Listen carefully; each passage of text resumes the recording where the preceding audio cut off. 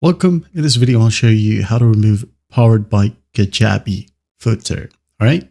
So first up, open up a page or a landing page.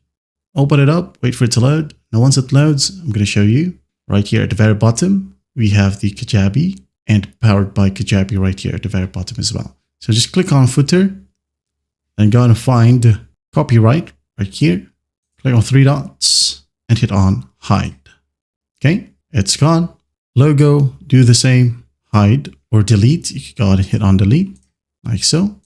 Click on delete, or as you can see here, we have here the powered by Kajabi left. So what we'll do, whatever the background color right here on your footer, we're going to copy it and place it to powered by Kajabi right here. Click on footer just to copy this hex code, then go to powered by Kajabi, click on it and just paste the hex code. Okay. Once done, make sure to hit on save. And after that, it's all gone. All right.